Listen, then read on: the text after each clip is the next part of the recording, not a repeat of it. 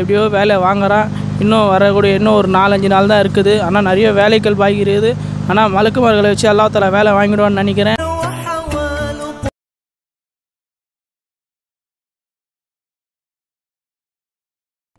அடுத்தது வந்து இத்தனை லட்சம் பேர் வரப்போகிறாங்க. அவங்களுக்கெல்லாம் எந்த மாதிரியான ஃபெசிலிட்டிஸ் வந்து இங்கே ரெடி பண்ணி வச்சுருக்கோம்?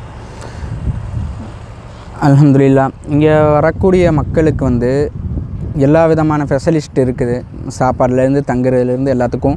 முதியவர்கள் வந்தாங்கன்னு சொன்னோம்னா அவங்களுக்கு அந்தந்த டிஸ்ட்ரிக்ட்காரங்க வரும்போது சேர் கொண்டு வந்து அவங்கள வந்து அவங்களுடைய கேரில் பார்த்துக்குவாங்க. அதே மாதிரி பொதுமக்கள் வரும்போது 11 விஷயங்கள் வந்து எடுத்துகிட்டு வர சொல்லியிருக்குது. சோப்பு, சீப்பு, கீழே விரிக்கிறதுக்கு, போத்திக்கிறதுக்கு 2 லிட்டர் வாட்டர் கேன், இந்த மாதிரி அவங்களுடைய அடிப்படை தேவைகளுக்குரிய விஷயங்களெல்லாம் எடுத்துகிட்டு வர சொல்லியிருக்கிறோம். அதே போல் வந்து பார்த்திங்கன்னு சொன்னோம்னா இங்கே ஃபாரினர்ஸும் வராங்க. விசிட்டிங்க்கு ஃபாரினர்ஸ் வராங்க. ஃபாரினர்ஸ்க்கு அவங்களுக்கு அவங்களுடைய தரத்துக்கு எப்படி தங்க வைக்கணுமோ அது மாதிரி ஏற்பாடு ஒரு பக்கம் நடக்குது. உலமாக்கள் வராங்க. மதர்சா படிக்கக்கூடிய மாணவர்கள் வராங்க. அவங்களுக்கு தனியாக இடம் ஒதுக்கி இருக்கிறோம். அதே போல் வந்து இருக்குது பெரிய பெரிய பொறுப்புதாரிகள், அவங்களுக்கு எல்லா தரப்பட்டும் தனித்தனியாக இடங்கள் ஒதுக்கி இருக்குது. அவங்களுக்குரிய எல்லா தேவைகளும் பூர்த்தி செய்கிறதுக்கு எல்லாம் மசூரா பண்ணியிருக்கிறோம். அதே போல் பார்த்திங்கன்னு சொன்னோம்னா வரக்கூடிய பொதுமக்களுக்காக வேண்டி இருக்குது. அந்தந்த டோல்கேட்டில் வந்து ஒரு சீட்டு இருக்குது. அந்த காமிச்சோம்னு சொன்னோம்னா டோல்கேட் அன்றைக்கி ஃப்ரீ, எல்லாத்துக்கும் வந்து டோல்கேட் அன்றைக்கி ஃப்ரீயாக இருக்குது. ஒவ்வொரு டிஸ்ட்ரிக்ட்காரங்களுக்கும் பார்க்கிங்குடைய வசதி அல்லாஹ்வுடைய கிருபையால் ஏற்பாடு பண்ணியிருக்கிறோம். இப்போ திருப்பூர், கோயம்புத்தூர், ஈரோடு, நீலகிரி இதெல்லாம் ஒரு ரூட்டாக இருக்கிறனால அந்த வண்டிகள் வந்து அப்படியே வந்து அங்கே நிற்கிற மாதிரி அவங்களுக்கு பார்க் பண்ணிவிட்டு பந்தலுக்குள்ளார வர மாதிரி அவங்களுக்குரிய ஏற்பாடு அந்த இடத்துல நம்ம பண்ணி கொடுத்துருக்குறோம்.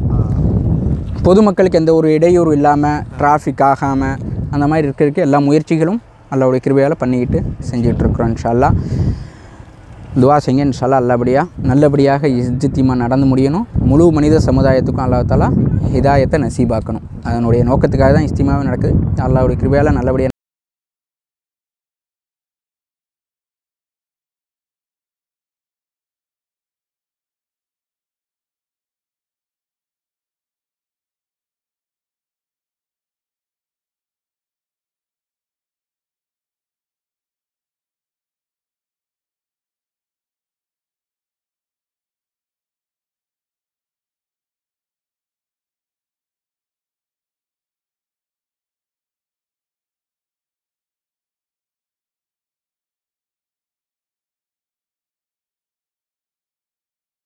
ஹிதாயத்து கிடச்சின்ற ஒரு நியத்தில் தான் இதோட வேலை செஞ்சுன்னு வரோம்.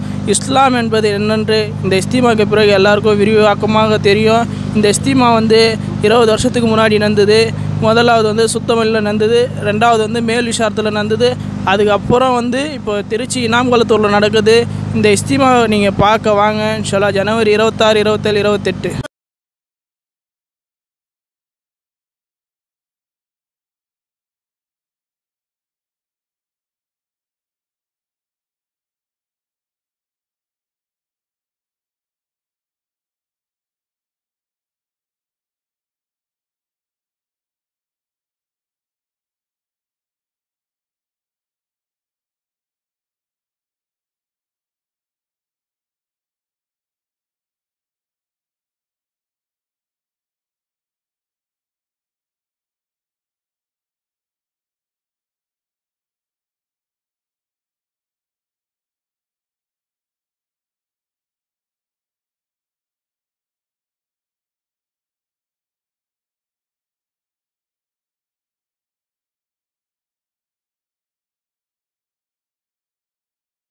இது வந்து 3 மாதத்துக்குமா வேலை நடந்துகிட்ருக்குது.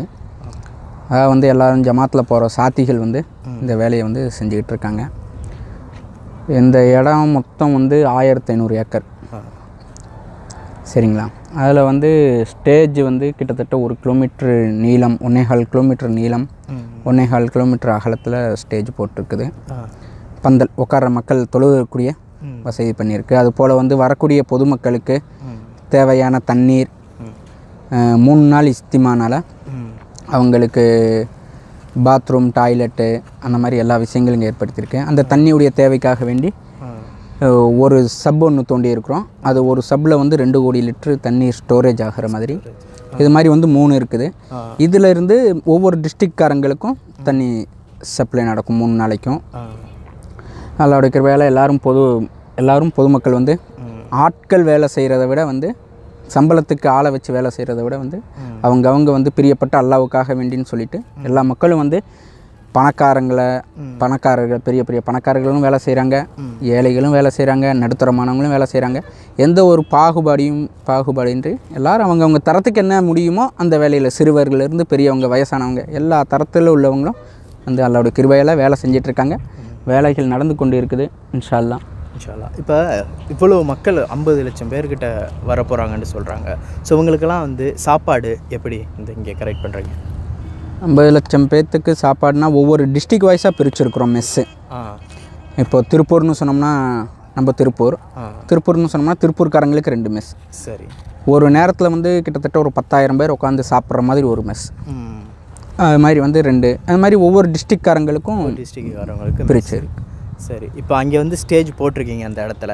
ஸோ அங்கே ஸ்டேஜ்லேருந்து மெஸ்ஸுக்கு வந்து நடந்து வந்து சாப்பிட்டு திரும்பி அங்கே போய்ட்டு தங்கணுமா எப்படி? ஆமாம், ஸ்டேஜிலேருந்து எல்லாரும் தங்குறது ஸ்டேஜில் தான், அந்த பந்தலில் தான், பந்தலில் தான். ஒவ்வொரு டிஸ்ட்ரிக்காரங்களுக்கும் இடம் பிரித்து கொடுத்துருக்குறோம். இத்தனை ஸ்கொயர் ஃபீட்டு ஒவ்வொருத்தவங்களுக்கும் சொல்லிட்டு பிரித்து கொடுத்துருக்குது. அந்த இடத்துல அவங்க தங்குவாங்க, அவங்களுடைய டிஸ்ட்ரிக்டில் அவங்க சாப்பிடுவாங்க, அவங்களுடைய டிஸ்ட்ரிக்டில் அவங்க ஒழு செய்வாங்க, அவங்களுடைய டிஸ்ட்ரிக்டில் அவங்க டாய்லெட் பாத்ரூம் எல்லா விஷயங்களும் அவங்க டிஸ்ட்ரிக்டில் பூர்த்தி பண்ணுவாங்க. எல்லாம் முடிஞ்சதுக்கப்புறம் தொழுகைக்கு பயானுக்கு பேச்சு கேட்குறதுக்கு பந்தலுக்கு வந்துடுவாங்க. சரி.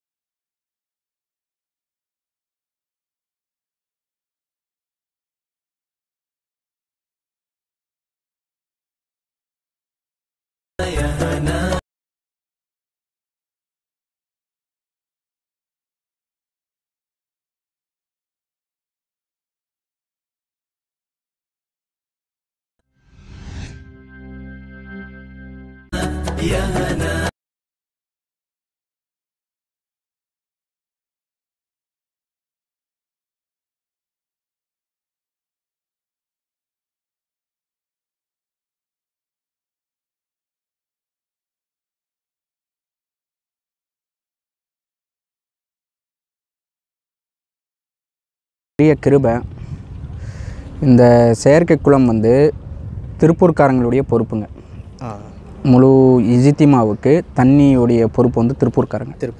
சரி. இது மாதிரி வந்து 3 குளம் இருக்குது. ஒரு குளத்துடைய கெப்பாசிட்டி 2 கோடி லிட்ரு, இன்னொரு குளம் 4 கோடி, இன்னொரு குளம் 2 கோடி, மொத்தம் 3 குளம். இதிலிருந்து எல்லா டிஸ்ட்ரிக்ட்காரங்களுக்கும் நாங்கள் இங்கேருந்து இப்போ தண்ணி அவங்களுக்கு டிஸ்ட்ரிபியூட் பண்ணுறோம்.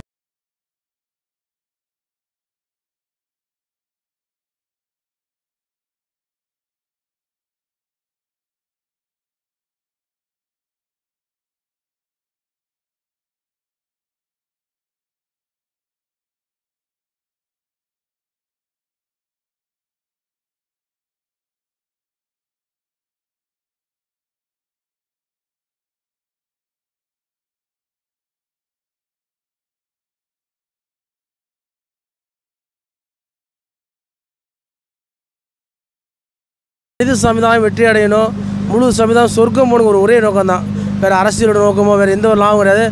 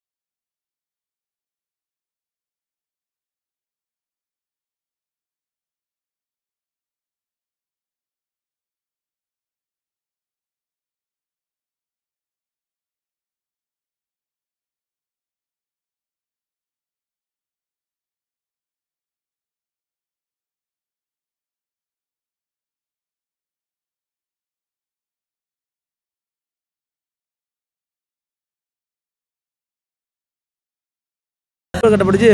ஒவ்வொரு சம்பவம் பார்த்தீங்கன்னா அல்லாட பெரிய கிருபை பெரிய பிரமாண்டமாக செய்யப்படுச்சு. ஏன் அப்படின்னா முழு மனித சமம் சொர்க்கம் போகணும், வெற்றி அடையணும் தான், வேறு ஒரு நோக்கம் கிடையாது. கூடப்படைய நோக்கம் என்னென்னா அல்லாட கட்டளை என்ன, நபியோட வழிமுறை.